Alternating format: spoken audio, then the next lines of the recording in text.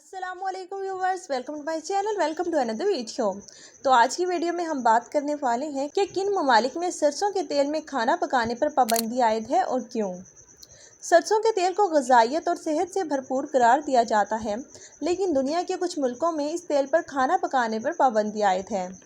सरसों के तेल को ग़िज़ाइयत से भरपूर और सेहत के लिए मुफीद माना जाता है और बिलखुसूस बरसगीर पाक व हिंद में तो ये सदियों से खाना पकाने के लिए इस्तेमाल हो रहा है।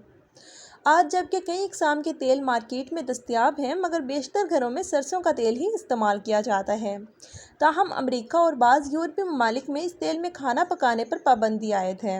अमरीका के देसी स्टोर्स पर यह तेल बआसानी दस्तयाब तो होता है, लेकिन साथ ही इस पर हिदायत भी दर्ज होती है कि इसे खाना पकाने के लिए इस्तेमाल ना किया जाए।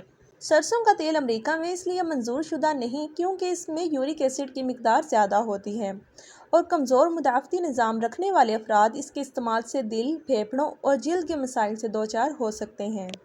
जानवरों पर की गई एक तहकीक के मुताबिक इसका ज़्यादा इस्तेमाल दिल की सेहत के लिए नुकसानदा साबित हो सकता है।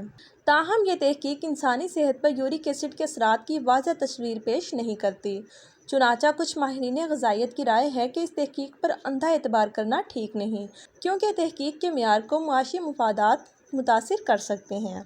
इसलिए अमरीका में दस्तयाब सरसों के तेल को बहुत से घरानों में खाना पकाने के लिए बिला झिझक इस्तेमाल किया जाता है। एक और माहिर ग़िज़ाइयत का कहना है कि अगरचा यूरिक एसिड की थोड़ी मिकदार महफूज है, लेकिन तवील अरसे तक इसकी ज़्यादा मिकदार नुकसान का बाइस बन सकती है। तो इस वीडियो को यहीं एंड करते हैं। इंशाल्लाह नेक्स्ट वीडियो में बात होगी एक नए टॉपिक के साथ। खुश रहें, आबाद रहें। अस्सलाम वालेकुम।